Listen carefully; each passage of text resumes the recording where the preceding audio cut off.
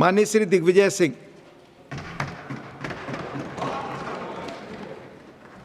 धन्यवाद माननीय उपसभापति महोदय। हम चाहते थे कि माननीय गृह मंत्री जी यहाँ उपस्थित रहे, क्योंकि उन्हीं के राज्य का ये मसला है और उन्हीं के विवेक और उन्हीं के सुझाव पर शायद ये मंत्रालय कृषि विभाग से लेकर गृह विभाग को सौंपा गया है। हम माननीय मंत्री जी और सरकार के आभारी हैं। आपने इस सहकारी विश्वविद्यालय का जो बिल है, प्लीज शांति बनाए रखें प्लीज। उसका नामकरण एक ऐसे वरिष्ठ तत्कालीन सहकारिता के कांग्रेस के कार्यकर्ता आदरणीय श्री त्रिभुवन दास जी पटेल के नाम से रखा है, जिन्होंने कि सरदार वल्लभ भाई पटेल की प्रेरणा से और वी कुरियन साहब के सहयोग से इस देश में श्वेत क्रांति की अगुवाई की 2014 के पहले। और ये सब माननीय उपसभापति महोदय 2014 के पहले का मैं जिक्र कर रहा हूं। उसके बाद क्या हुआ है उसकी जानकारी शायद मंत्री जी देंगे। माननीय लोकतंत्र में सरकार की नीयत, उसकी नीति, नियम और कानून जो बनाते हैं उस पर झलकती है। इस पूरे 11-12 साल के इनके कार्यकाल में 3 बिंदु साफ झलकते हैं। एक, हर नीति में, नियम में, कानून में इनकी नीयत झलकती है पूंजीवादी व्यवस्था के पक्ष में। दूसरा, इनकी नीयत झलकती है सत्ता के केंद्रीकरण में, राज्यों के अधिकारों को हथियाने में। और तीसरी, माननीय उपसभापति महोदय, आप जानते हैं हर बात में सांप्रदायिक कटुता फैलाकर वे अपनी नीयत प्रदर्शित करते हैं। माननीय उपसभापति महोदय, गुजरात के ग्राम कैरा में वहां के दूध उत्पादकों ने आंदोलन किया। उस समय पोल्सन बटर के लिए दूध वहां से ले जाया जाता था और किसानों ने आंदोलित किया कि आप कम भाव में दूध लेते हैं और महंगा मुंबई मिल्क स्कीम को बेचते हैं। ये सरदार वल्लभ भाई पटेल के पास आए। सरदार वल्लभ भाई पटेल जी ने उनसे कहा कि दूध सहकारी समिति का गठन करो और मोरारजी भाई देसाई को कहा कि आप इनका सहयोग करो। और वर्ष 1946 में अमूल सहकारी समिति प्रारंभ हुई। माननीय, ये एक ऐसा उदाहरण है जहां प्रोड्यूसर और कंज्यूमर के बीच की जो खाई है वो पाटता है। सामान्य तौर पर आज के व्यवस्था में किसान को उनकी उपज का केवल 30-40% ही मिल पाता है बिचौलिए और प्रोसेसिंग के बाद। लेकिन अमूल एक ऐसी संस्था है जिसका 80% जो भाव उपभोक्ताओं से आता है वो किसानों के पास जाता है। यही शक्ति है सहकारिता की और इसमें यही कारण है जिसकी वजह से हमारे भारतीय संविधान की आर्टिकल 2043 में संविधान में सहकारिता पर पूरा एक आर्टिकल रखा गया। सरदार पटेल ने कहा था, I know of no other instrument so potentially powerful and full of social purpose as the cooperative movement. मैं आपसे अनुरोध करना चाहता हूं सभापति महोदय कि सरदार पटेल ने कहा था कि सहकारिता केवल आर्थिक गतिविधि नहीं है, वह एक अलग प्रकार की जीवन शैली है, एकता की, न्याय की और समरसता की। और इसी सहकारिता को उन्होंने कहा था कि ये भारत को शक्तिशाली बनाएगा और अखंड रहेगा और आर्थिक और सामाजिक विकास के माध्यम से इसे आगे बढ़ाएगा। इसीलिए संविधान में इसे राज्यों की सूची में रखा गया। देखने में आ रहा है माननीय सभापति जी कि लगातार राज्यों के अधिकारी, हमारा राज्यों का हाउस है और इस राज्यों के हाउस में लगातार राज्यों के अधिकार को धीरे धीरे कम किए जा रहे हैं। मैं तो कहता हूं, माननीय मंत्री जी यहाँ है नहीं, अगर अमित शाह जी आपको सरदार वल्लभ भाई पटेल के रूप में एक दूसरा सरदार गुजरात का बनना है तो आप कम से कम उनके विचारों को अंगीकार करिए। सहकारिता के माध्यम से, जनता के, किसानों के माध्यम से, उपभोक्ताओं के माध्यम से, और आदमी को किससे कंपेयर करते? जी मैं वही कह रहा हूं कि साहब आपको करना है तो उसका पालन करिए, उनके विचारों का। लेकिन इन्होंने राज्यों का अधिकार छीना है। मैं आपसे अनुरोध करना चाहता हूं सभापति जी कि आज केंद्र सरकार ने सहकारी मंत्रालय बनाया। पूर्व में यह मंत्रालय कृषि विभाग के साथ था, हमेशा एग्रीकल्चर कोऑपरेटिव मिनिस्ट्री हुआ करती थी। लेकिन किस उद्देश्य के साथ और किस मंशा के साथ माननीय प्रधानमंत्री जी ने सहकारिता को अलग किया और सहकारिता को कृषि से अलग करके गृह मंत्रालय के साथ जोड़ा, ये क्या राज छिपा है मैं कह नहीं सकता। आज इस मामले में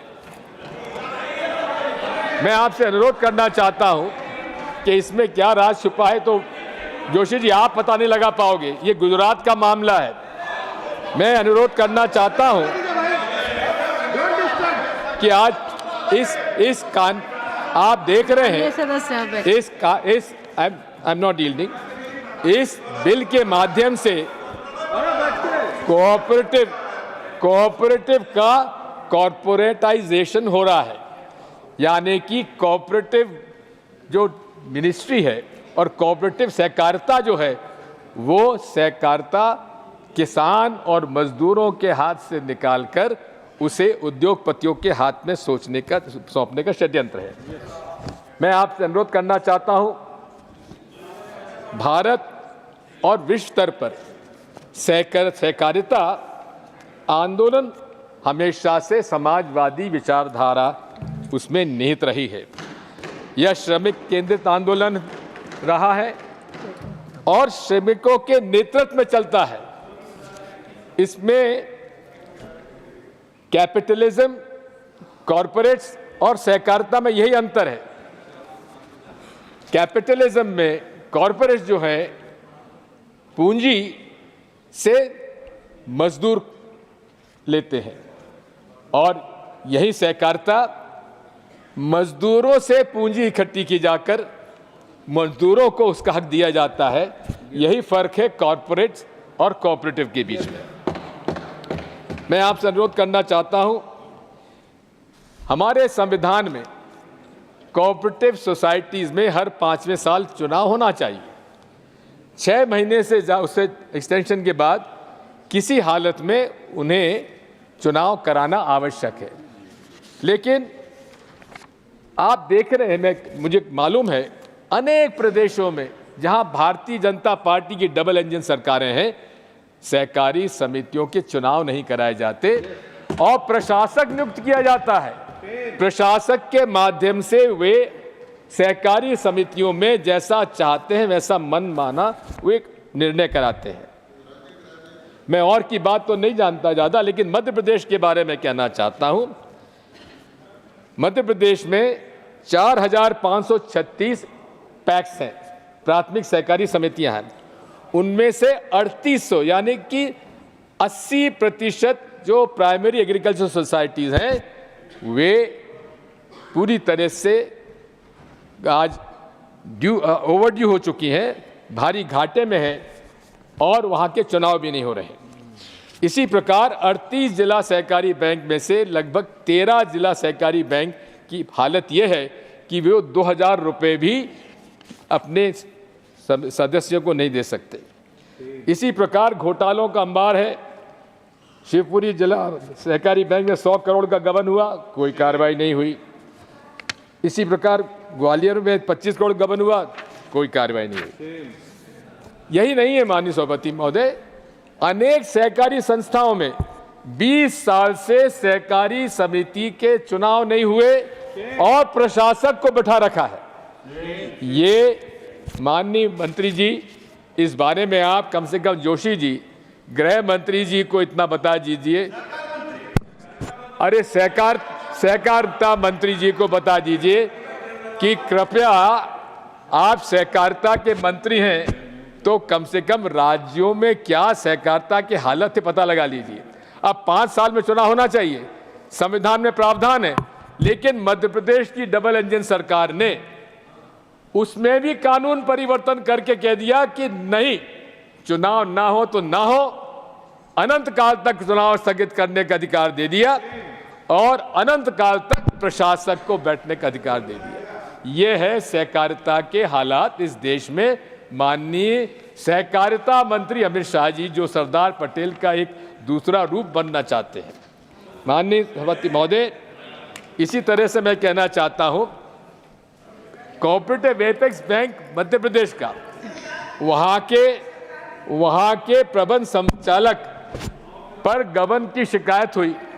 12 बार 12 times prime minister office PMO ने लिखकर भेजा राज्य सरकार को किस पर कार्रवाई करिए, लेकिन राज्य सरकार ने उन पर कार्रवाई नहीं की। ये हालत है डबल इंजन सरकार की। मैं अब इस बात को आपसे अनुरोध करना चाहता हूं कि इरमा का गठन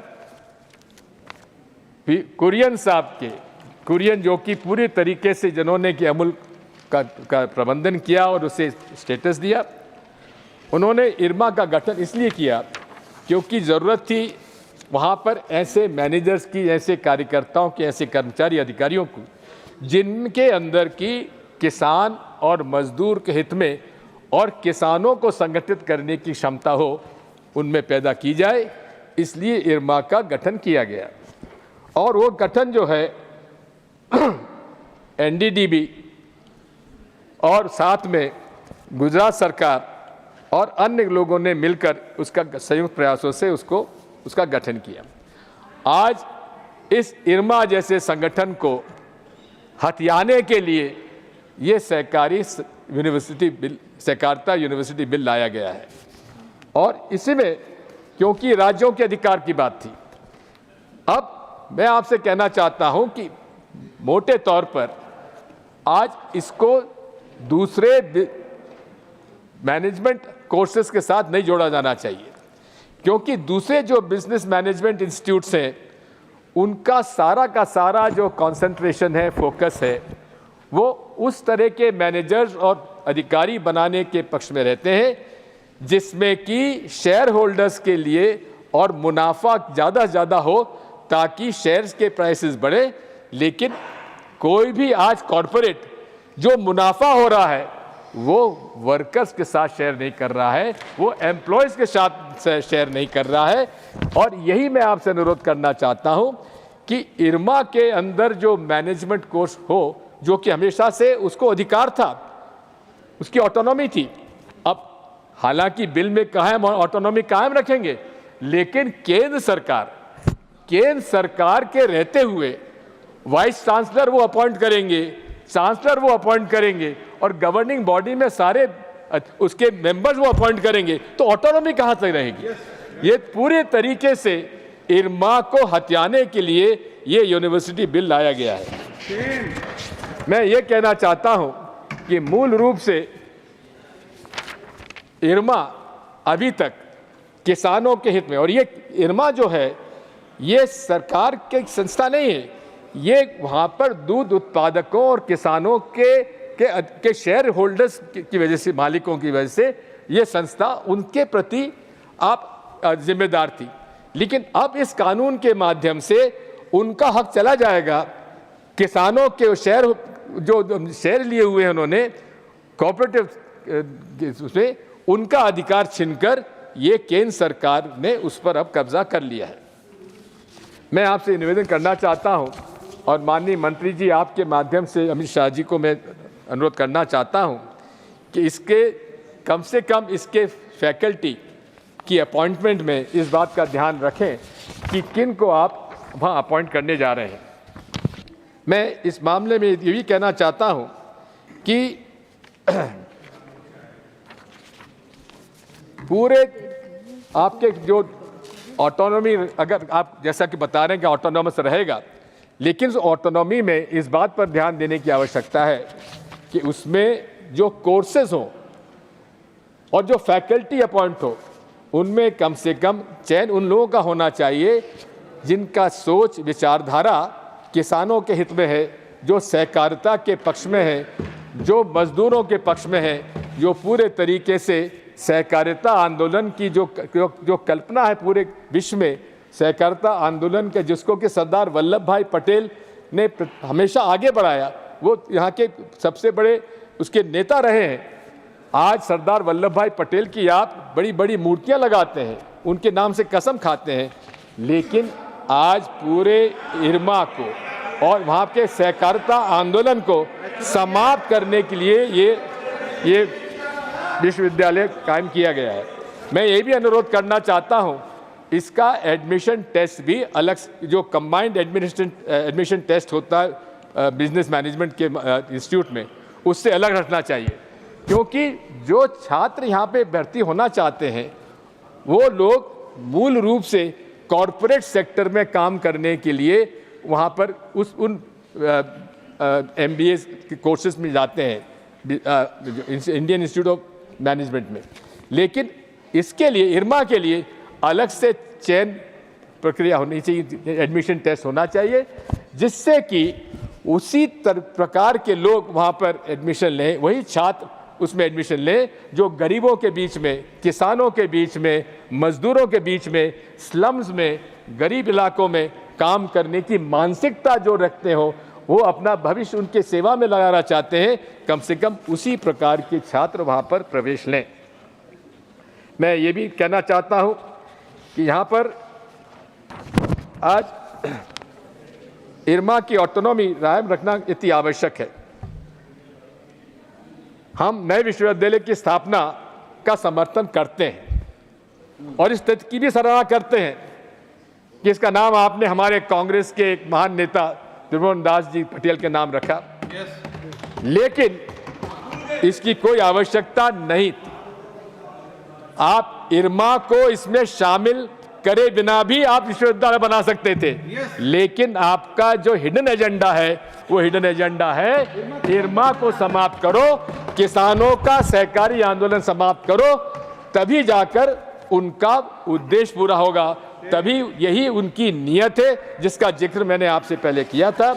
मैं आपसे इतना ही अनुरोध करूंगा, माननीय जोशी जी, आप हमारा हाथ जोड़कर उनसे प्रार्थना संदेश पहुंचा दीजिए कि वे कम से कम बख्शें और इरमा को आज भी समय है, इसको आप त्रिभुवन सहकारिता यूनिवर्सिटी में से इसको बाहर करके आप अलग से सहकारी यूनिवर्सिटी बनाइए, अलग से सहकारिता के कोर्स चलाइए, लेकिन आप इरमा को कम से कम बर्बाद मत करिए। बहुत बहुत धन्यवाद।